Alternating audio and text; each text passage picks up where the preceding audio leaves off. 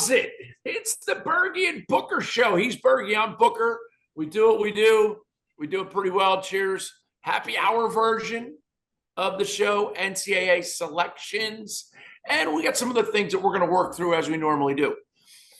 Big news. I think Duke gets the #1 seed. I don't know that that's going to be very relevant. I think both the top 3 seeds were very predetermined. They just didn't know what order they would be in. One of the things we talked about this on the recruiting podcast we did, John Danowski, Lars Tiffany, and Kevin Corrigan, the top 3 coaches this year for seeding, they coach their team to what they can become. Just like we talked about when you're recruiting a student athlete, you want to recruit them based on what you think they can become. And if you look at those teams, they all lost games, but they're all playing very good lacrosse right now. Yeah, they're the best 3 teams. I mean, they're by far the top echelon. Maryland, are they 4th? I think they're all 4th and below is kind of a long way off from all of them. Mm-hmm. I don't think Maryland's built to win 2 games in 48 hours. They just proved it last weekend. So I would say Virginia, Duke, Notre Dame, they're the top 3 teams, and they got the top 3 seeds. And I told you last week, Maryland had to secure the 4th seed, because the only way Maryland gets to the Final Four is not playing Duke, Notre Dame, or Virginia until the Final Four. And the selectors and the committee, they know good and well that they want to put – Maryland would have been 4 or 5. So I think that way they would have made it to championship weekend. That's what they want. They want to keep them away because Maryland travels very well. Maryland buys tickets. And the tournament loses enough money as it is. And you got to give, let's start with Michigan. Holy shit, what a great game they played. They killed Maryland. That's the 2nd time they beat Maryland this year. Soundly. It was I've been preaching it all year that Michigan was going to overtake Hopkins in the next couple of years. And Rutgers is going to overtake Hopkins. The Big Ten is going to be a conference of teams that nobody wants to play. Michigan and Ohio State have so much money because of football. They can't help but get good at lacrosse if they just decide to do it. And this guy's, I personally was a little turned off at the end of the Michigan Maryland game. As an assistant of John Tillman's, I thought it looked a little low class, not giving the guy if a football coach loses to one of his old assistants who has the biggest win in the history of his school's program, the guy deserves a hug and deserves an attaboy and a great job. And I was a little turned off by that. The Georgetown coach, the Michigan coach, they're Tillman proteges, for lack of a better word, and they're kicking ass and doing well. And the coaching tree that people talk about in the NFL and college football, it's a very special club, and I would think the same for lacrosse. I understand not taking winning well. I totally get that, but I was a little turned off by not at least congratulating the Michigan coach, head coach to head coach. Right. And I heard about it. I wasn't able to see it. I was working the Frederick Running Festival, which went off flawlessly. And I do have a problem with one of the things you said. Early in your statement right there, you said, I feel like the Big Ten is going to become one of those leagues that nobody else, you don't want to play those guys. They are that league now. That's happened. Yeah. Look at Michigan. Look at Rutgers is a sticky wicket. Penn State, Ohio State actually was a little bit down this year. But ball bounces a couple different ways. All of a sudden, they're a different team. So they are, in fact, the toughest conference that has a tournament. Yeah, and you didn't even mention Hopkins and all of that, who is obviously traditionally a powerhouse. They got 4 teams in. They got 4 teams in the field of 16. As soon as Michigan won against Penn State, I had guys text me and be like, if Michigan beats Maryland, and these are guys that, We're at the Maryland tailgates. Guys got kids on the team. If Michigan wins, all 4 teams are getting in. That's just the facts of life. And it's exactly what happened. I think it's great for lacrosse. I think it's great for the Big Ten. Does it suck that Maryland kind of shit the bed? Yes, but it's great that for Big Ten lacrosse. And that kind of leads me to the tournament this year. Last year, what a huge disappointment for Notre Dame. Completely, Sure. You can't ever fix that for those kids. Nauseating. Those seniors will never get that moment back. But at least this year, I think they weren't going to screw up the tournament this year as best as they could. I don't understand I don't understand why there's 16 teams still. You and I have talked about that. You said Right. the mathematical equation to that. There should be 20 teams. Yeah. I mean, there's Well, 7 and before we get to that, I want to go down because I have the matchups. And there's some teams, obviously, if Utah catches lightning in a bottle, or if Bryant, so with that caveat in place, I have these teams can actually, in my opinion, legitimately make it the championship weekend. You got the top 4. Georgetown and Cornell are really, I think, the 2 toughest outside of the top 4. And then Army. I know they're playing Maryland. Army's 12-3, and they just do things real. I mean, obviously, I love the commentators who come on doing an Army game and saying, well, they're in great condition and they're really determined. They have great teamwork. Like, isn't that what they do? Isn't that their whole life? Yeah. You're in the Army. So those are I think Army could make a splash. Obviously, Yale is sneaky good. From a Maryland standpoint, I worry more about Army than the next round. I really do. Army's going to be tough. They're going to be tough. I watched Utah Bellarmine the other day, which was very, very difficult to watch after watching the 2 Big Ten games the day before. It's like night and day. That's great. Utah scores a lot and good for those kids, but they're not going to do anything. Right. You've got 8 teams that are automatic qualifiers in this thing, and Marist is getting 6 points. Richmond's getting 8 points. Utah. So you're talking about betting. You're talking about betting lines. Yeah. Marist getting 6, Richmond getting 8, Utah getting 8, Yale getting 2.5, Army getting 3, Bryant getting 5, Michigan getting 2, and Princeton getting 1.5. You're talking about the 8 automatic qualifiers. None of them are favorites to win their game.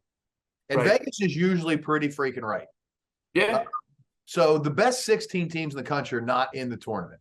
And I understand that nothing's perfect, but how we haven't moved to a 20 team, and you got 4 different playoff games to get in, and those teams play Tuesday and Wednesday. I mean, yes, some things happened this year. Michigan winning, put 4 Big Ten teams in. St. Joe's losing was a big deal. Yeah. But I mean, if you look at it for teams that don't have a chance, realistically speaking, Delaware, Marist, Richmond, Bryant, and Utah don't have a chance. They don't have a chance to get to that. And you can catch lightning in a bottle anytime. Sure. Yep. But there's no Cinderella stories in college lacrosse. This isn't basketball. Okay. When's the last time somebody made it to the Final Four weekend that barely got into the tournament? George Mason. George Mason, that was a long time. George Mason made it in basketball. Right. I'm saying, when's the last time it happened in lacrosse? Has it ever happened in lacrosse? Delaware made it. Delaware made it one year. I think it was like 98-ish to somewhere with John Grant Jr. And they found a way to win games. Yeah. They also had Alex Smith facing off for them. That's 25 years ago, Booker. Oh, I know. I'm trying to think of a lightning in a bottle type Final Four run. The 2002 Collegiate Cougars, state champs.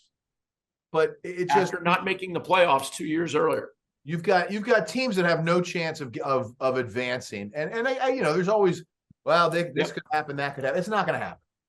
I mean, you got Duke, you got Cornell, you got Michigan, and Michigan is probably going to get one game, maybe a second game. I mean, it's been a wonderful run for them. They're not, I mean, I hope they do. I don't see them winning 2 to get to the Final Four. And Duke's playing the winner of the Delaware Marist game. You know, I think half the Duke team can show up. You got Cornell playing Michigan. Michigan's a great story, and obviously got a lot of confidence right now. And I love the Hardo shirts and all that stuff that the guys are wearing. But and I'm not an Ivy League guy. I don't. So I'm. You're not. I know. Huh? You're not an Ivy League guy? No, not at all. You know, I played hockey at Penn. Well, yeah. When you say we're not going to play sports for 2 years because of a cold, you've lost me as a fan. And then you get 6 teams in. This time last year, the world was imploding because there were 6 Ivy League teams that made the tournament. Yeah, how many of them got to the Final Four? Cornell Yeah. went to the championship game. And by the way, that young man, Connor Busick, the head coach at Cornell, is possibly, and we're in a sport that's loaded with great people, and he's right in that line. He is a fabulous person. And that is so. I mean, I don't understand how he got the job at 17, but yeah, I think he was 16, but he reclassed. He reclassed. He reclassed. Yeah, he is. You talk to him, he's a perfect gentleman, but he doesn't have 6 whiskers to rub together. I mean, no, he's a young guy. He's the kind of guy you can't even go out and have a beer with him in public. You got to bring him to your basement. I mean, Whoa.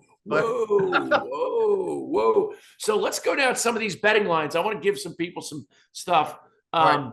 I would take, what's the spread on Richmond UVA? Because I think that's going to be closer than Vegas. It's 8 right now. 8? I'll take Richmond to cover that. Delaware Marist is 6. Wait. In just that game, or are you talking about Duke versus the winner of that? No. In the Delaware, in the Marist Delaware game is 6. Who's the favorite? Delaware? Yeah. Okay, I would think so. I wouldn't touch that game, although 6 is a lot of goals. Utah, Notre Dame. Notre Dame, Utah's getting 8 points against Notre Dame, and I'm going to tell you what. Notre Dame could beat them by 100 if they wanted to, but because it's only the first of what they hope is 4 wins, they're not going to do that. But I watched Utah. They're nowhere near Notre Dame's size, speed, athletic. And I'm not talking about, they might be a kid that could play at Notre Dame, but the overall, it's going to be ugly if Notre Dame comes and handles business. That's going to be ugly. Right. Now let me see if I can. Maryland Army, I would put that spread at like 3.5. What is it? It's 3. Okay, and I'll take. I was just going to say I'll take Army, but I really don't know that I would. I don't bet money, so Princeton, Penn State total pick 'em. I would call that a. That's a 1.5. That might as well be a pick 'em. Yeah. John Hopkins against Bryant. Bryant's getting 5 right now. Now it's Monday afternoon, but Bryant's getting 5. I would take Bryant to cover the 5. I'll take Hopkins to win like 13-11. And Georgetown. Oh, first of all, Kevin Warren, the head coach at Georgetown, might be the nicest guy ever. Just a fabulous guy. That's 2.5. That's Yale's getting 2.5. That's a good line. It's a fair line. He's in a tough spot, but they're the hottest team in lacrosse right now. Listen, I love the way they play. I enjoy the way they play. Like we've talked about, they can play finesse lacrosse and they can just knock in the freaking teeth. They can thug you up. Yeah, they can thug you up. They can knock you in the teeth. They can play whatever you want to play.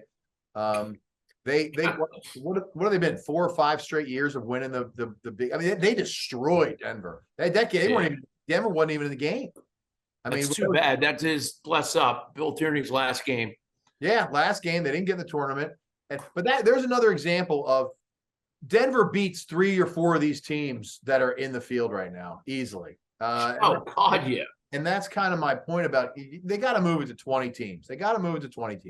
And I don't have all these AQs like the Utah, A-Sun, the MAC, the CAA, the America East. Let those guys all, fight each other up on Tuesday night, Tuesday afternoon, Yeah, and then they go and play the seeds 1 through 4. play Tuesday and Wednesday, and those games then when they play on Saturday and Sunday. I mean, there's games on Saturday and Sunday. You play Tuesday and Wednesday. The women do it. I think the women got 27 teams or something like that. And I know they got more Division I teams in the women's side, but they still have just as few teams that can actually win them. I mean, just because there's whatever the number is for the girls now, there's only this many girls teams that can actually win. Who do you think, what team do you think got snubbed this year? I don't know if there's an actual snub like last year. No, there's nobody's going to get as snubbed as Notre Dame was, being 5th in the country last year. But I'm not sure there's an actual snub other than the fact that there are teams that aren't in that could beat these teams. But because of the automatic qualifiers, what are you going to do? I mean, you can't get rid of Marist and Richmond and Utah because they won their conference. It's good for the sport to have the AQs. They need the AQs. It's good for the sport. I think you have the AQs. I just think you have a top 20 and you do 20 teams and you have 4 games that are playing games. And so you got 8 teams that are playing games, and then they play the 1, the 2, the 3, and the 4 seed.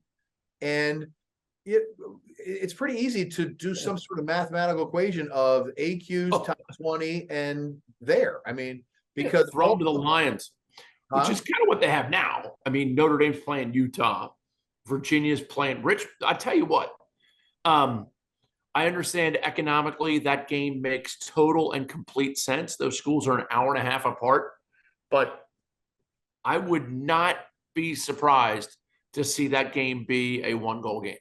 What, Notre Dame, Utah? No. Richmond at UVA. Yeah. And that's Saturday. That's the first game of the tournament, Saturday at noon. That's Saturday at noon. Here's the other thing I got a question about. Hopkins is 6 and Maryland's 4, but Hopkins gets Bryant and Maryland gets Army. How does Maryland get a harder opponent than Hopkins? Wait, Hopkins got Bryant. I'm thinking about locations. But Maryland and Army and Bryant are like the same distance. Are what, 2 hours apart? There's no location problem there. Right. There's no location problem. Maryland did get a tough draw. And Penn State, and I'm not rooting for Penn State lacrosse, but they won the regular season Big Ten, and they got to beat Princeton and then Maryland or West Point to get into the Final Four. There's no chance of that. Penn State doesn't win in May, so they're done there. Hopkins has got a walk for the first game, probably. And then congratulations, you got an easy game probably against Bryant, and then you're going to get your ass kicked by Notre Dame. I mean, Notre Dame's getting to the Final Four. Unless something, you never know. The bus driver lost, but I think Notre Dame's getting to the Final Four. I don't see anybody beaten, and Duke's, and as they should, as the number 1 seed, Duke has no one's gonna be sleeping on Delaware after they beat Georgetown last year. So if Delaware beats Marist, they're gonna beat Delaware, and then they're gonna play Cornell or Michigan. I'll take Cornell to win. What's the spread on Cornell, Michigan? I don't have +2 for Michigan. I'll take Cornell to cover that.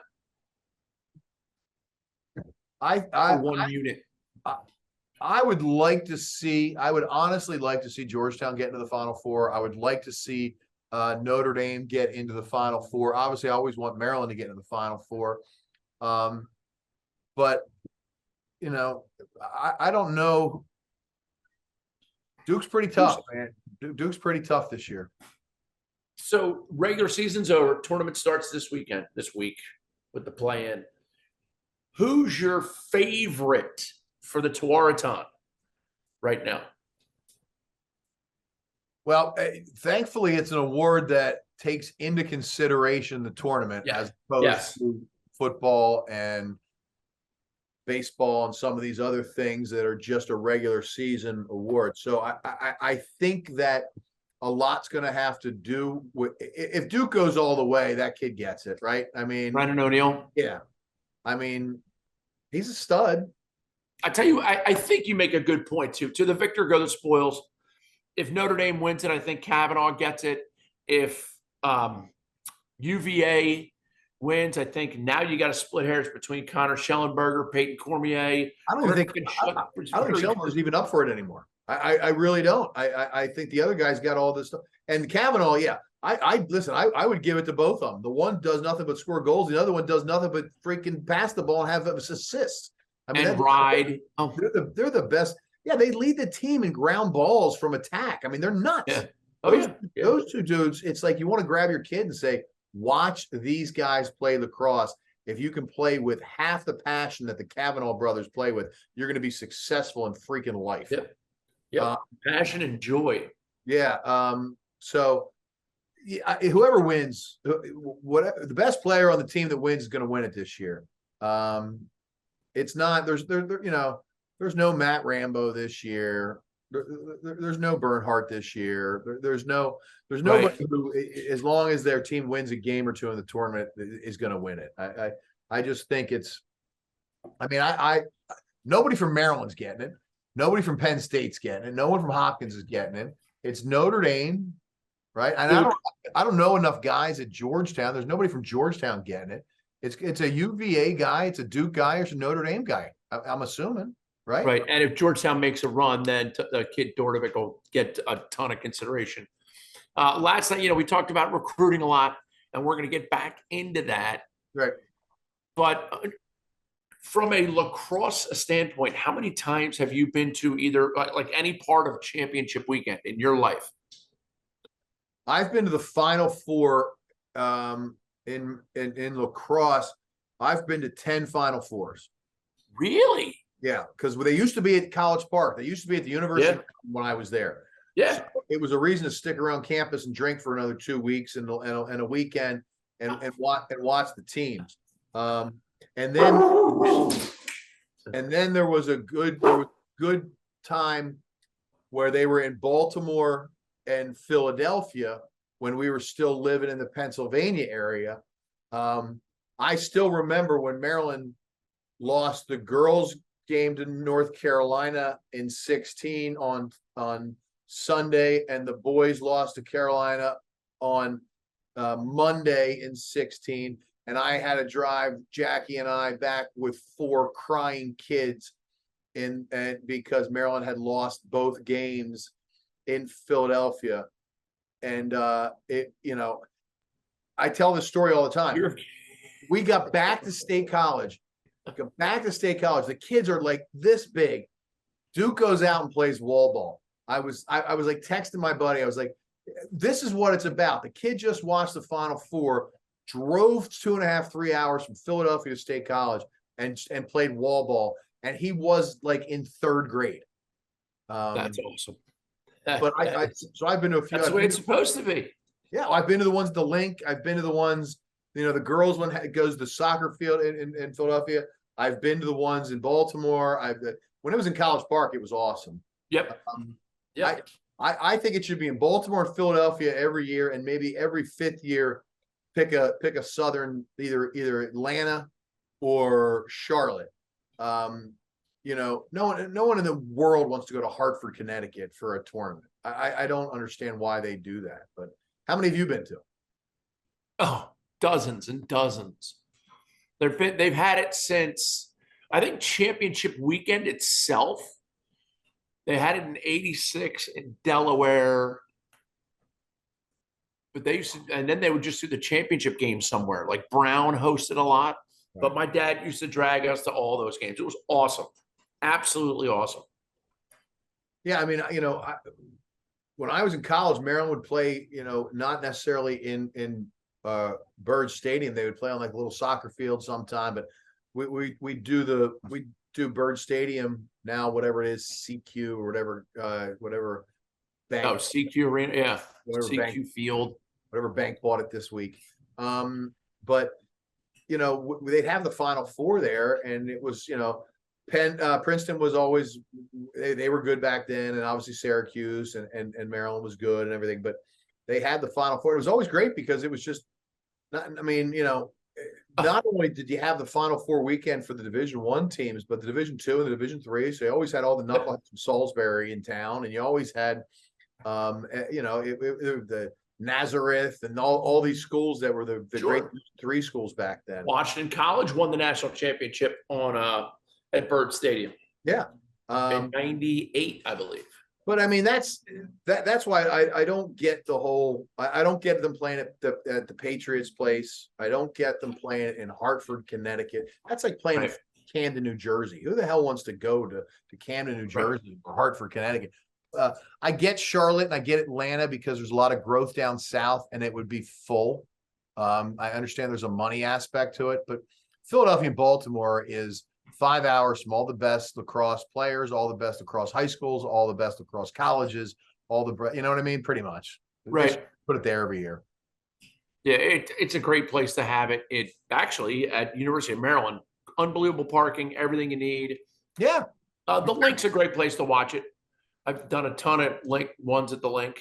But I watched Duke win a national championship at the Link one time, and there was a lot of people there, but it didn't look like it was crowded at all. Right.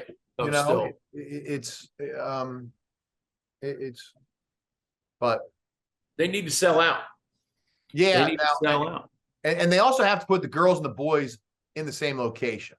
Sure. Well, they did it one year where it was at the Link and the girls were at Villanova.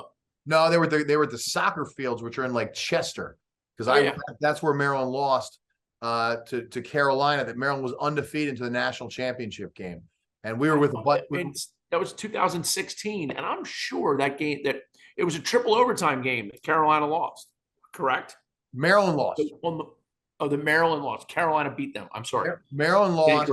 And it was at that soccer field in Chester. Were you there? Yes. Okay. Yep, I was there. Yeah, I was going to say I was sure that game was in at Villanova, but no, we were there.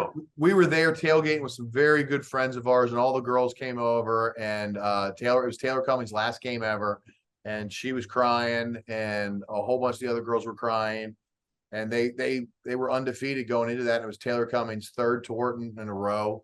It was a sad scene, and I had little kids crying as well, But yeah, why they're not at the same location. It makes no sense. I mean, it's the same fan bases. It's the same schools for the most part. And it's just, it makes no sense for them to be in different areas. There's so many families last pod we talked about, we're going to talk about it a whole lot next week, all the club crap and all that stuff. Oh yeah. So later this week. So many families are in clubs, and they're in boys and girls clubs. They would love to be able to take their kids to the same general area.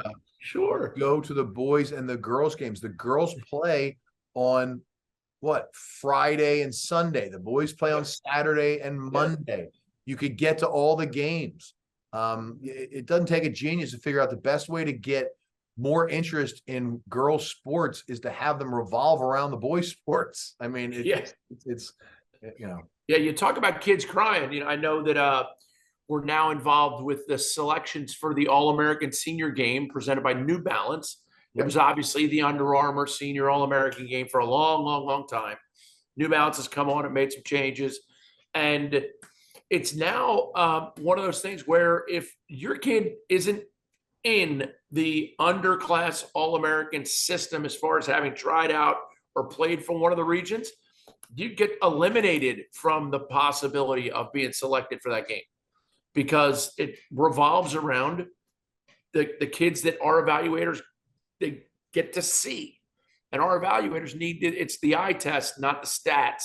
We don't need some kid who scored 150 goals, in the B division of their conference. We need somebody who we've seen them, our evaluators have seen them, and that's where they're making their selections.